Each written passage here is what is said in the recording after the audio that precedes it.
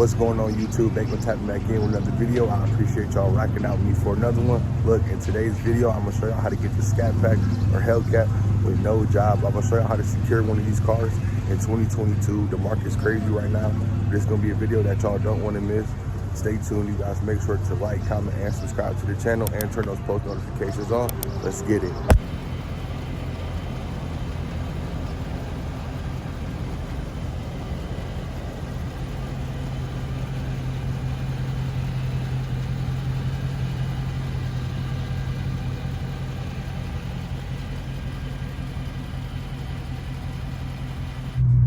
YouTube, so I'm headed to the crib right now. Once I get in the spot, we're gonna get this video started. Had to show you how to whip real quick though. Let's get it. All right, YouTube, what's popping? I'm back at the house now. I just want to tap in with y'all real quick and chop it up. This video is gonna be a little bit in depth, but I'm gonna try to make it as quick as possible. You pretty much watching this video because you want to learn how to buy a Scatpack, Hellcat, C8, or like whatever car you want, you know what I'm saying? That might not even be Scatpack or Hellcat. It might be a Range Rover. You want to get your dream car. You in the streets, you ain't got no job. Entrepreneur with no job, you know what I'm saying? Or you got a job and you just trying to figure it out. First and foremost, right? You got to understand your plan, what you want to do, like what you really want to do. I figured out what I really want to do. You got to figure out what you really want to do and stick to it. Don't switch up on what you want to do, man. Stick to it. Find something that can make you $100 a day. $100 a day, that's all you really need to make, in my opinion, to afford one of these cars. 9 times out of 10, if you find something to make $100 a day, you can do that times 2, make $200 a day. Do it times 3, make $300 a day. So that's pretty much just a recipe, in my opinion, how to get that bread. I can't tell y'all exactly how to get some money. You know, this video isn't how to get money. This video is how to get a Scatpack or Hellcat. So let's jump straight into it, y'all. First and foremost, you don't got no job. And you, like me, you had decent credit going into it. Not the best credit, not the worst credit, but you just had decent credit going into it. You didn't have no job, but you know that you could afford it. Like, you know that you can afford $500 to $700 a month. You know it, like, man, I can afford that. It's nothing. I know I can afford it. I want a Hellcat or Scatpack. So now you at the crossroads. How do I get it? You know, find yourself watching this video. So I'm about to tell you how to get it. Super easy. You want to make sure that your income is together, right? So say you hustling, whatever you got going on, you making your money. Your first mindset might be, dang, I need cash. You know what I'm saying? For whatever I'm flipping. It might be a pair of sneakers. It might be whatever you got going on that you selling. You know what I'm saying? However you profiting, you might be feeling like, dang, I need cash first. Cash is the first thing. You know, cash is king. You got to change that mindset, right? You got to have somebody ready to cash app you, have somebody ready to PayPal you, Zelle you, Venmo you for whatever you got going on, because now it's 2022. We can keep track of this stuff with the bank account, and the banks is starting to look at this as income. So meaning if you go to the dealership and you tell them, hey, this is my income. This is how I make my money every month. I'm an artist. You know, this is art that I'm doing on commission. These is verses I'm doing on commission. Whatever I got going on, there's 200, 300 that y'all see coming in a week. This is my income. This is how I eat. This is how I live. This is how I pay my bills. You know what I mean? The banks now, because of new laws that passed, having to claim anything over 600, the banks now is accepting that as income. In 2020, the laws hadn't changed yet to where you had to claim anything over 600 on like Cash App, PayPal, or Zelle. So I was kind of in a gray area where I was going to the dealership showing them I might have had, you know, thousands of dollars that I made 1 month, but they can't really verify it as verifiable or official income because it's a PayPal transaction or it's a Cash App transaction. So they looking at it like we can't verify that as your income.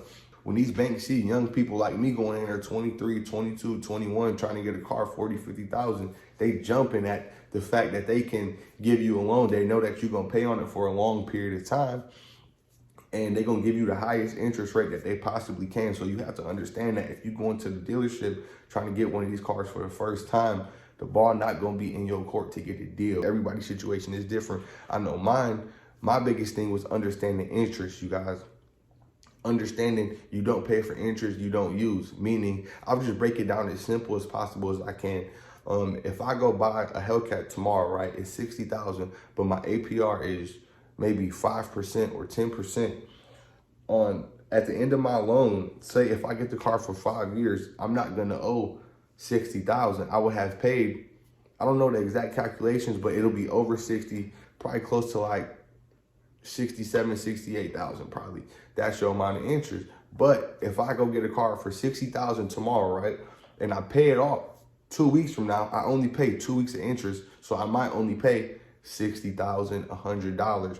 Y'all gotta understand that you're not paying for interest that you don't use. So that's the biggest thing with these cars is understanding, yeah, this is your interest over 5 years, but if you pay your car off within a year or 2 years, that's the price you pay for. Now understand, a lot of banks will finance you for above 7, 8%. You know what I'm saying? And I'll just leave it at that. But it's hard because if you don't have no job, you don't got no income on paper, you kind of got to take the APR that they come with. If they come back to you with an APR that's 12% or one that's 13 or 14%, and they say your payment's $600 a month, you got to understand when you making your payment, it's on you to figure out how much is going to your principal and how much is going to your car note, y'all. So we get a little bit into financing the car. I'm just telling y'all a little bit about it, and you'll understand more as y'all jump in there and get it. But now we just gonna say how to get one of these cars, y'all. Figured out your plan. 2, you figured out your income. Either your bank statements, you got your paychecks, you got your cosigner ready to go. You got them 2 things ready to go, your plan and your income. 3rd is finding the car, right? And this will probably be the most important thing, you guys, just from my experience. I've been to the same dealership and got 2 different rates. Literally, I've been to a dealership, looked at the Scatpack, got the rate of 20% APR, meaning my monthly payment would have been about $1,000 on a 20% APR, which is horrible. I would have never took it, right? This same dealership across the street, right? Just 2 different locations, same owners, right? On the Hellcat gave me 8% APR. I walked away from that because the Hellcat wasn't under warranty, right? I'll get back into all that, y'all, in 2 seconds. It's gonna come down to the finance person you're working with and the salesperson. That's gonna be the most important. If you steady going to dealerships and getting bogus deals like 17% APR, 18% APR, 20% APR, you gotta understand, and you feel like you credit worthy enough, a lot of the times it's gonna be these dealerships trying to finance you through their dealerships at the highest APR, and they see that excitement in you, you a young dude or you a dude that just want the car real bad. So they gonna take advantage of that, y'all. So avoid all of that. What we gonna do is take your information, your income, meaning however much you make in a month, add it up to a year, go to Capital One Auto Navigator. I'm not getting paid for this video or nothing. Go to Capital One Auto Navigator, punch in your information. If you got a cosigner, punch in your cosigner's information. This way, you got a leg to stand on when you go to the dealership. You might say, hey, Capital One gave me 10% APR. So that way, the dealership is gonna bring your APR down. It's not gonna be the best APR if you never paid off a car. The biggest thing is gonna be going in there with that Capital One pre-qualification letter, because Capital One is the bank that's really generous when it comes to car loans. They pretty much pre-qualify anybody as long as you got decent credit. If you have bad credit, this video is not for you. You need to repair your credit first. If you try to go to one of these dealerships with a 600 credit score, 590 credit score, they gonna dog you. Don't do it. Build your credit up. I'm trying to make this video as simple as possible. You know how to jump into the Hellcat, Scatpack, C8, whatever car you want. Really, you guys, it comes down to these few things. Your plan, understanding what you want the car for. 2, understanding how much you can afford, your income, your bank account, your bank statements, right? That's gonna be the biggest thing, is your bank statements and your bank, right? Or your cosigner. If you can't get a cosigner, you have to be able to show these car dealerships that you can pay for the car. It's not rocket science. It's just taking a bank statement and they're saying, hey, this is how much I just deposited in the bank account. Y'all see it right here. I made this deposit for 2 or 3 months straight now.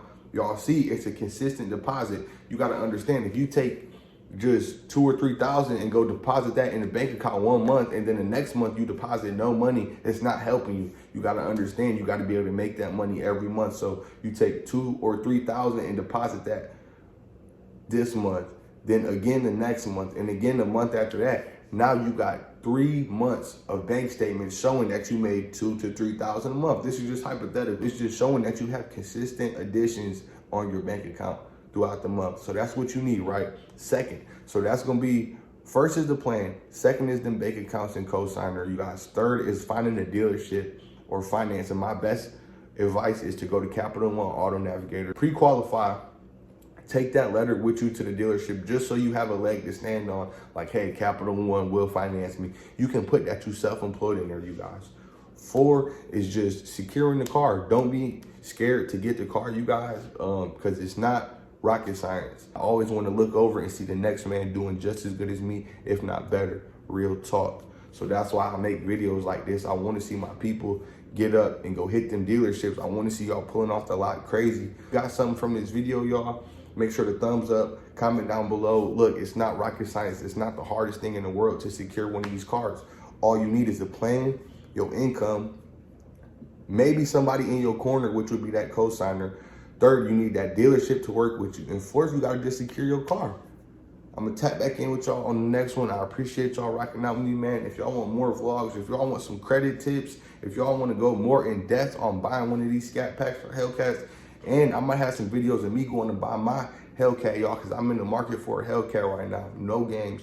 I'm going straight Hellcat. When the right one come across my path, I'm securing it, y'all. I'm jumping on it. So stay tuned, y'all. Make sure to comment down below, thumbs up. I'm gone. Pull a Scatpack, I secure that bag, on my way to the cash. I need the racks, smoking on the exotic, smoking on the gas,